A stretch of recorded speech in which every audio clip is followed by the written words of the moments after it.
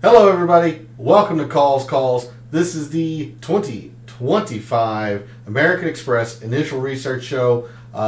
What a terrible weekend for yours truly. I hope you had Nick Taylor at the Sony. Hope your DFS contests went well.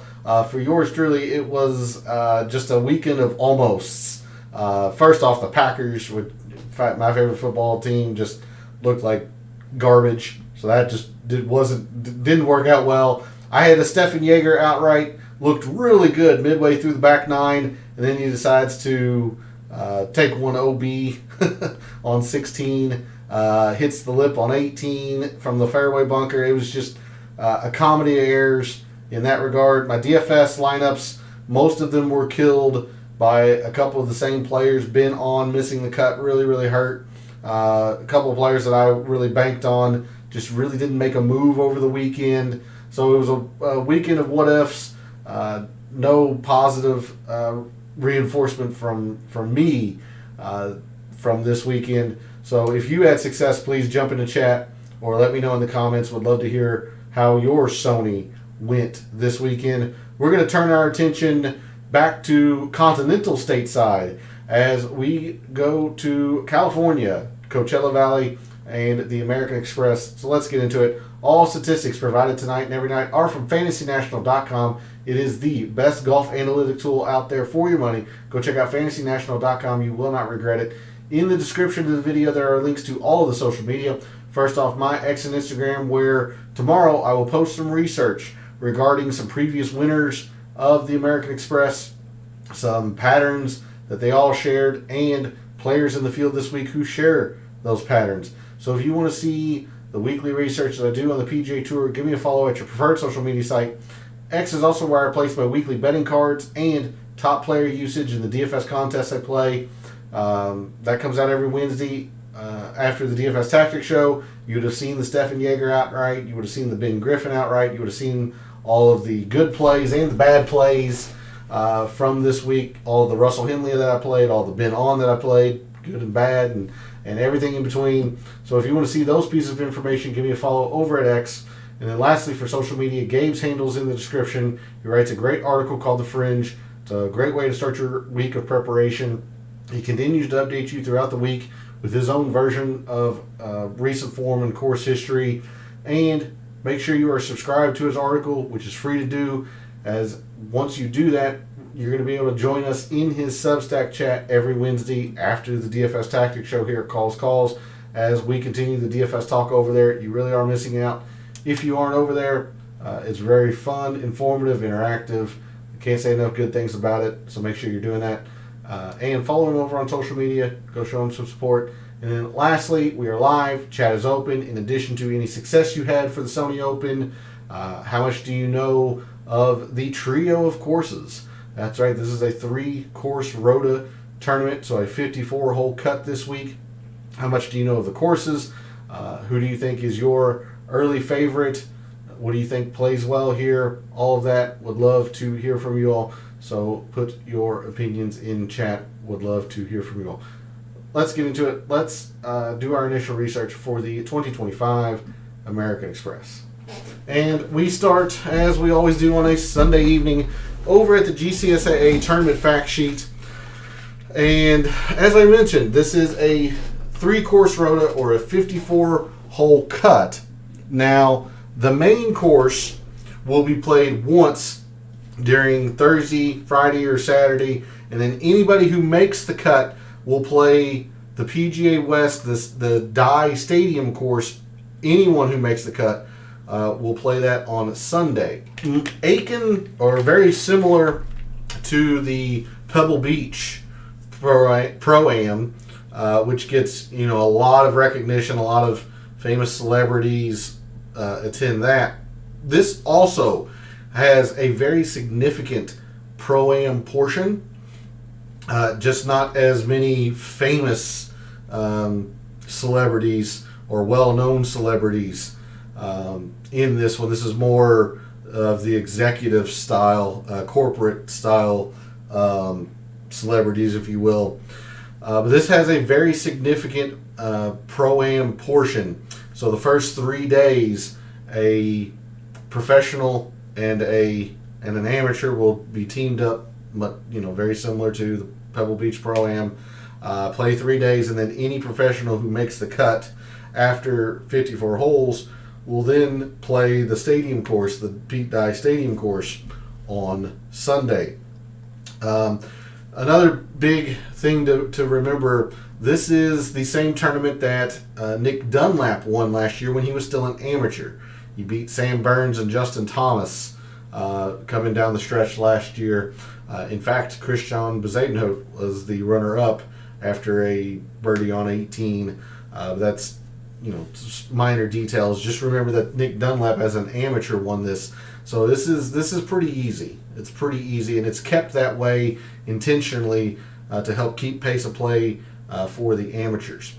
So let's take a look at the courses. We'll take a look at all three, but we're mainly going to be focused on this PGA West, the Pete Dye Stadium course. As I've mentioned a couple times now, this is the course that'll be played twice by the winner for the week. Any player who makes the cut will play here on Sunday. As you can imagine, the architect is Pete Dye, so we could look at some Pete Dye metrics in Fantasy National. Very, very famous architect throughout the golf world, especially here stateside. The stadium course is very, very similar to Sawgrass, and a lot of people, a lot of experts and those in the golf world say this is kind of the sequel, if you will, to TPC Sawgrass. The stadium course has an island green. It is a par 3 17th island green, just like TPC Sawgrass. But in my opinion, the distinguishing feature of this course is the biggest bunker in North America. This is a 16-foot deep bunker that stretches halfway from the fairway to the green on, I believe it's 16. So that to me is the most distinguishing part of this course. I'm sure you've probably seen some pictures or footage of amateurs and professionals alike down there. That is this course, this Pete Dye PGA West Stadium course. It is a par 72 that measures just over 7,200 yards. To be honest with you, I would still feel comfortable looking at short course metrics in Fantasy National. We're going to do that for the PGA West Stadium course. 4 par 3s, 4 par 5s, traditional par 72. Pretty darn short, especially when you consider it is a par 72. The greens are dormant, at least the main surface is dormant. They are naturally Bermuda, but this time of season, this time of year, it is Poa Trivialis Overseed. And there are several, and I mean several courses that are Poa Trivialis Overseed with Bermuda base. Let's see. We've got Harbor Town, host of the RBC Heritage. Innisbrook, host of the Valspar. Memorial Park is host of Houston. Quail Hollow has had Poa Trivialis Overseed in the past. Of course, where we are this week, the stadium course, TPC San Antonio, TPC Sawgrass, and TPC Scottsdale. All of those courses are Bermuda-based Poa Trivialis Overseed greens. So we'll be taking a big look into putting on or at those courses throughout the week, considering no winning score since this current rotation of courses. We're talking the PGA Stadium, Pete Dye Stadium course, PGA West, Nicklaus Tournament, and La Quinta. These three courses have made up the tournament rotation for, I believe, 8 or 9 years. The worst, or the worst winning score was -20. Nick Dunlap won last year at -29. Lots and lots of birdies, lots of low scores here around PGA West. So we're going to take a long look at putting. The fairways are overseeded as well. It's just the way it is at this time of year. If you're going to have professional style tournaments, you're going to have some overseed. The rough isn't very thick at all, though. 1.5 inches, not very thick, not very deep. Now, the non-overseeded rough is 2 inches thick, but you have to get pretty darn wayward for that. Some other notable things about PGA West. The greens, about the same size as what we saw this past week at Sony. These are 7,000 square feet. Sony has 7,100. So pretty large greens. Fairways are pretty darn wide. Average fairway width is 33 yards. I believe at the Sony was 35 yards. So fairly wide, fairly forgiving fairways. However, they do pinch the further you get off the tee. Or I should say they pinch closer to the hole. Almost think of it as a triangle in some regards. You lay back, you're going to have a lot of fairway to work with. If you hit driver, it really does narrow. Several bunkers in play. There has been some restoration around the course or some renovation. A lot of that around bunkerage, new sand, kind of redefining the bunkers is what I've read. 8 holes with water in play on the PGA West, the stadium course. So water can and bogeys can creep in as well. There's a look at the stadium course, and again, that's the course we're going to mainly focus on since this is the course that'll be played twice by those in contention. A quick look at the other 2 courses. You have the Nicklaus Tournament course. As it suggests, Jack Nicklaus is the architect. It too is a very short par 72, under 7,200 yards, right at 7,150 basically. They too have Poa Trivialis overseeded greens. Rough is kept the same length and thickness. And then those greens are slightly smaller than the tour average, 5,500 square feet, but still 6 holes with water in play, numerous bunkers, very, very similar to the stadium course, just a little bit less water and smaller greens. And then lastly, La Quinta, probably the easiest of the 3. As an original Lawrence Hughes design, renovated in 1999. It is also a very short par 72, measuring 7,060 yards. It has Poa Trivialis overseeded greens. The rough is also kept slightly longer, but nothing to worry about. Not as many dangers around. You do have 7 holes with water in play, but less bunkers. And the greens are pretty small, 4,700 square feet, but the course in of itself is pretty darn easy. So the consistencies across all 3 of these courses, they are all short. They're all 7,200 yards or less. I know 7,210 officially by the stadium course. I mean, splitting hairs here. So we're going to be looking at a lot of short course metrics. They're all 3 of these courses are Poa Trivialis overseeded greens, base Bermuda Poa Trivialis overseed. So all similar putting on these greens. All 3 of these courses have water in play. All 3 of these courses have fairly forgiving fairways that might pinch the further you go. All in all, very, very similar courses here at PGA West. So there's a look at all 3 of the courses, but mainly the stadium course in terms of a GCSA tournament fact sheet standpoint. We're now going to go to Fantasy National, and let me bring up these tabs here just very, very quickly. Historic conditions and tournament history. Bring that over there. Okay. Couple of field changes already in terms of players who originally committed and then have backed out. 2 late entries, so their statistics, if I swivel out of the way, you can see they were added late. as they were late entries. Daniel Berger and Harris English are in the field, so their stats might not come up tonight. Once the DraftKings page view is loaded, we might go to the DraftKings page view tomorrow just so that their statistics are in there. 2 field changes.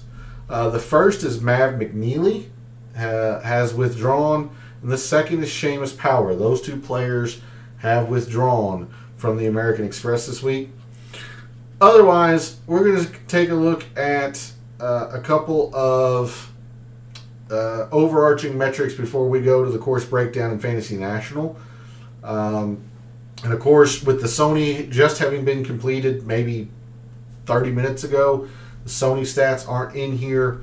So in 2024 and the Century from this past year, a couple weeks ago, your top performers in the field this week, and it's a pretty strong field: Xander, Sam Burns, Sung Jae, Max Grazeman, Davis Thompson, Ben Griffin, Billy Horschel, Tony Finau, Doug Gim, and Andrew Novak. Some other notable names in the field this week: Justin Thomas, Patrick Cantlay, Wyndham Clark.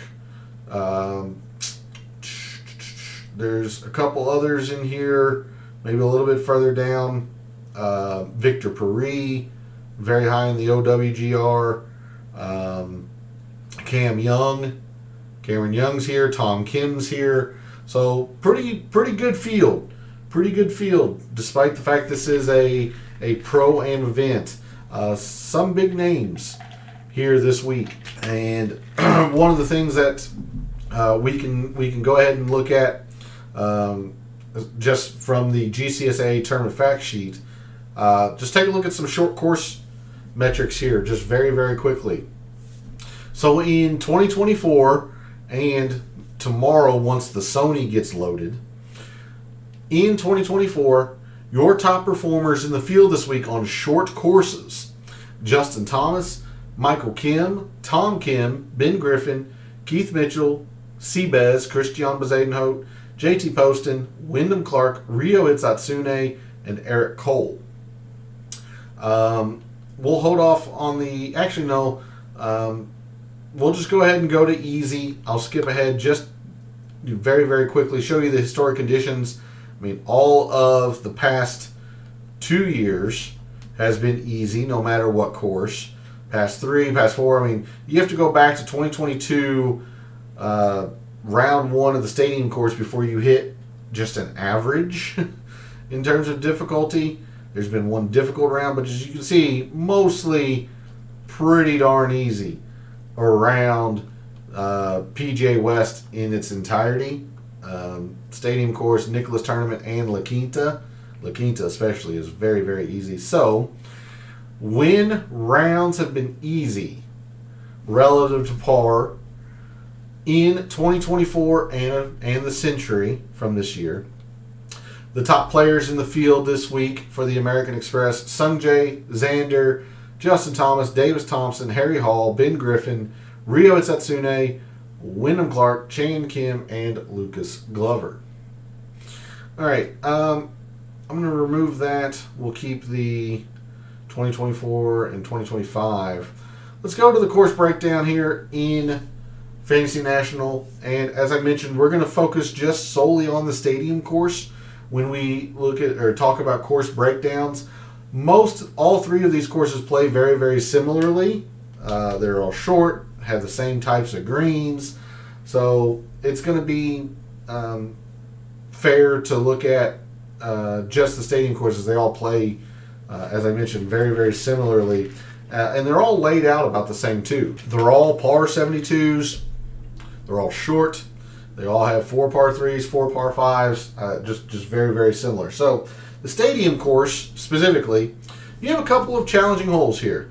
The par 3 13th and the par 3 6th. 2/10 of a shot, almost 2/10 of a shot. Bogeys creep in quite handily on these holes. And then the par 3 17th, the island green, has a pretty good double rate just because it's an island green.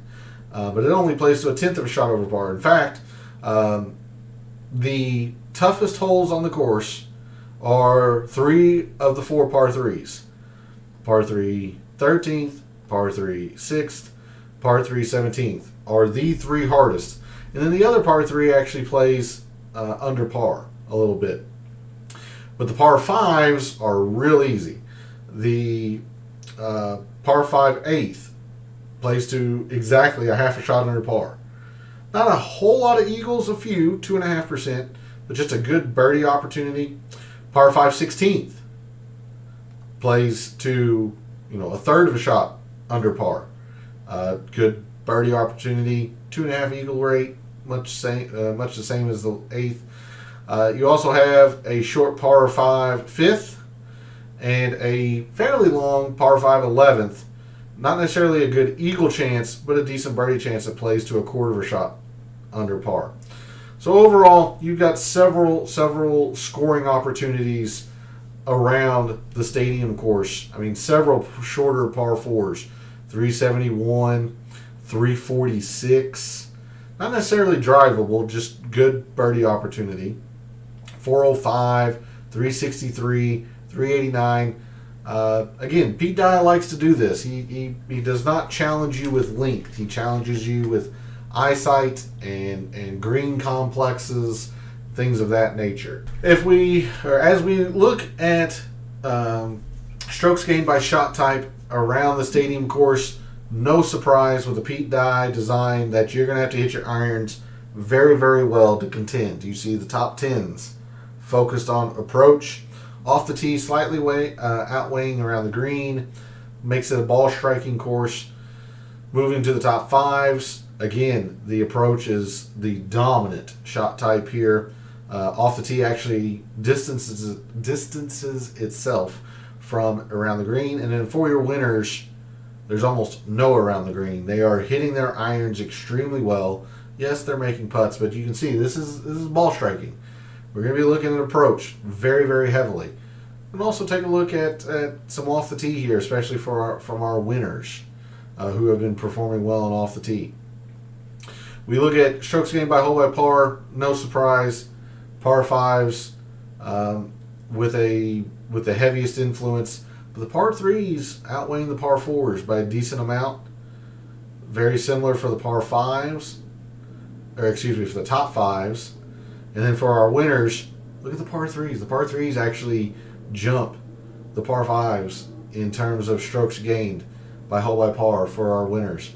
So perhaps a little bit of added emphasis here in terms of par 3s. Moving to hole composition, again, this is just for the stadium course, but mostly the Nicklaus Tournament and La Quinta are set up very similarly. The hole composition for the stadium course, we have a couple of shorter par 3s, one mid-length and one long par 3. The par 4s, you have one short, very short, not necessarily drivable considering there's only 0.1%. Oh, sorry, wrong hole. 346. Only 0.1% eagle rate here. So not really drivable, just a good scoring opportunity. But an even distribution, 3 each, from 354, 400, 450, and 455.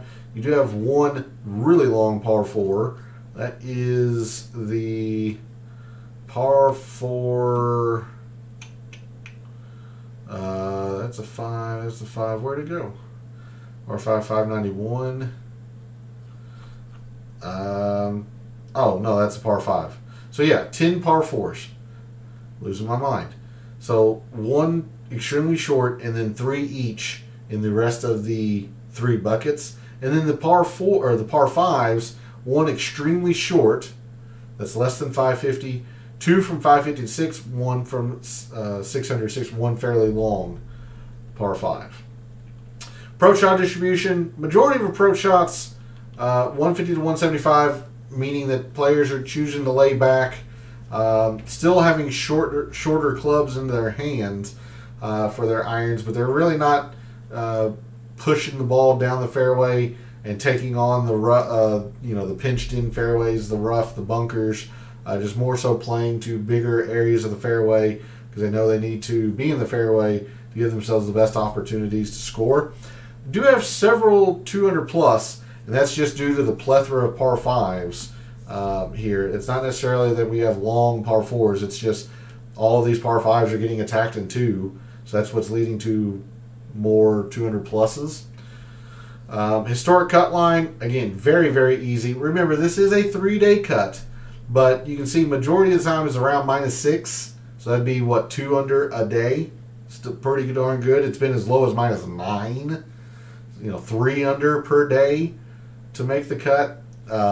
Very, very easy around here. As you can see with the scoring distribution, 24% birdies, only 10 or 11% bogeys. There are a few doubles around the stadium course just with the prevalence of the water, but still, you stack up the doubles and the bogeys, they're still not going to come close to the birdies. So very, very, very much a birdie fest here. Accuracy, a little less than the average tour event, which is a little surprising because distance isn't all that much either. It's more so, I guess, players just really aren't all that worried about being in the rough.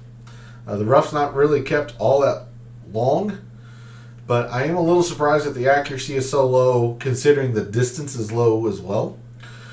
Green regulation percentage higher than the average tour event. Scrambling is much easier around the stadium course than usual. 3 putts per round. These are not extremely tricky greens. And the overseed is generally pretty fair. So no 3 putts essentially, at least compared to the average tour event. We talked about the distance, proximity is less. So overall, just a lot of ways that you can see that PGA West, the stadium course, and really all 3 of these courses, just easy, just pretty darn easy. Coming back to the players in the field here, I'm actually going to remove the 2025. We're going to go back to 2023 because I realized we didn't look at the Pete Dye filter. So let's go ahead and do that. Pete Dye Architect. Don't know how much emphasis I'm going to put into this because Jack Nicklaus also has a course here that'll be played and whatnot. But considering we're going to focus on the stadium course, it's at least, I guess, fair to look at the Pete Dye filter. So since the beginning of 2023, your top performers in the field this week on Pete Dye courses: Xander, Brian Harmon, Wyndham Clark, Sung Jae, Justin Thomas, Patrick Cantlay, Matty Schmid, Tony Finau, Carson Young, and Christian Bezuidenhout. Those courses, if you are so inclined: Harbor Town, host of the RBC Heritage, of course, where we are this week, the stadium course; TPC River Highlands, host of the Travelers, and the host of the Players, TPC Sawgrass. So there's a look at your top Pete Dye performers. We're going to, let's just clear all of these filters here. We're going to take a strong look at approach. Your top iron players since the beginning of 2024 in the field this week: Tom Hoge, Tony Finau, Lucas Glover, Xander, Doug Gim, Keith Mitchell, Kurt Kitayama, JJ Spawn, Andrew Novak, and Justin Thomas. Bear with me as I'll go back to the beginning of 2023. I've got a note here, and we're gonna check some specific courses. These are the courses that have base Bermuda Poa Trivialis overseed. We're looking at Harbor Town. We're looking at Innisbrook, Memorial Park, host of the Houston Open. I believe it's Cadence Bank.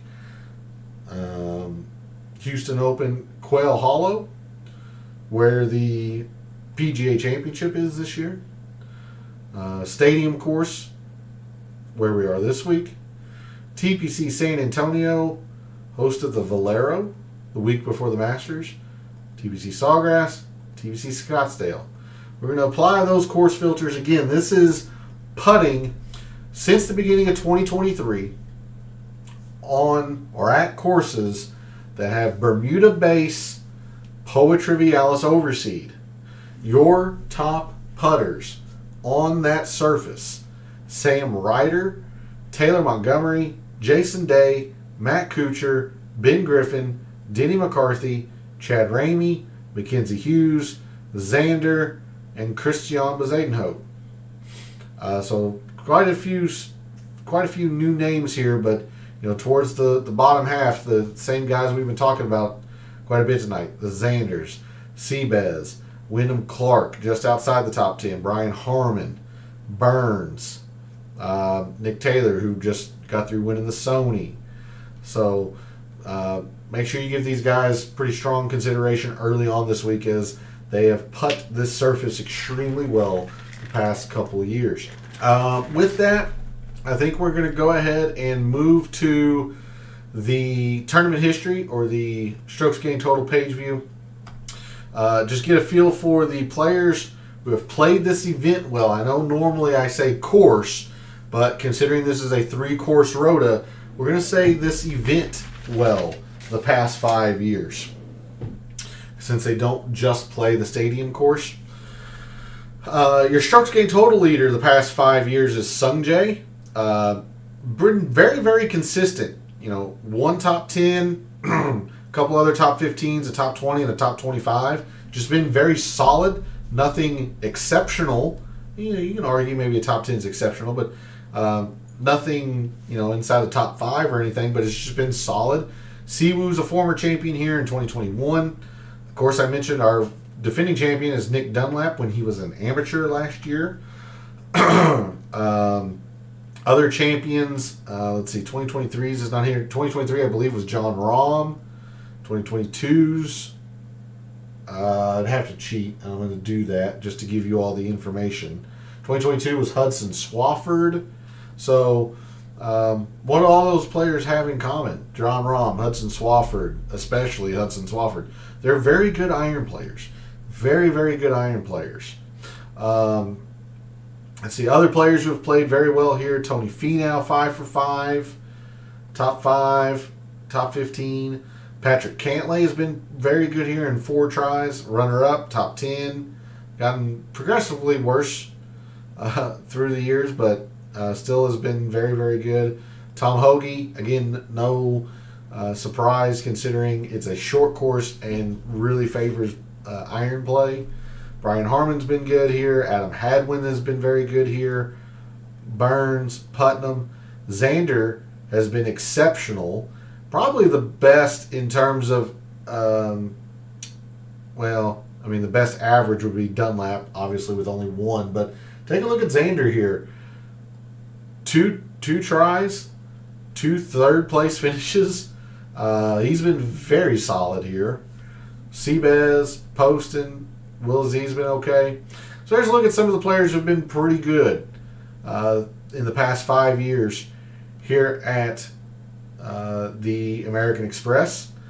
The other end of the spectrum, players who haven't been good: Bill Haas, Andrew Novak, Nate Lashley's 0 for 4, Bryce Garnett's 1 for 4, Wesley Bryan 0 for 2, Peter Malnati 0 for 5.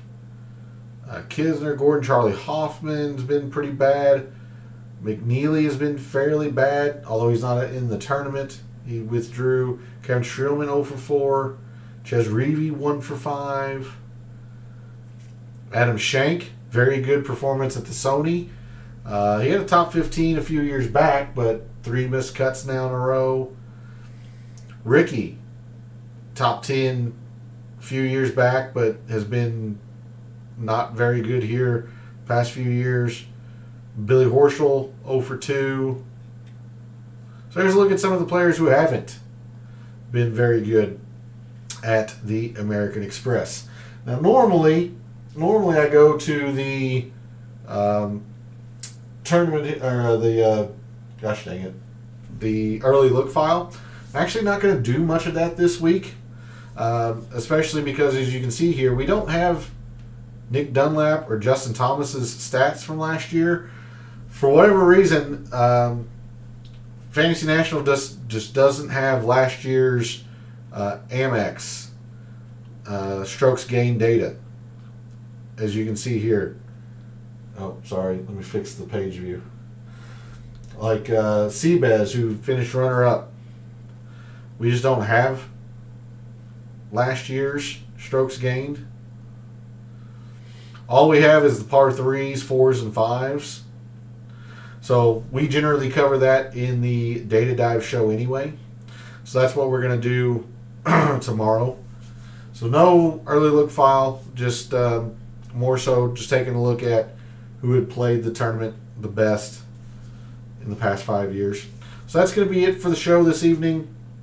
I want to thank everybody for tuning in, watching, listening, supporting the channel, liking the videos, commenting, and subscribing. I always appreciate it. I hope your Sony Open and really your weekend went a whole lot better than mine. Not a lot went right for me.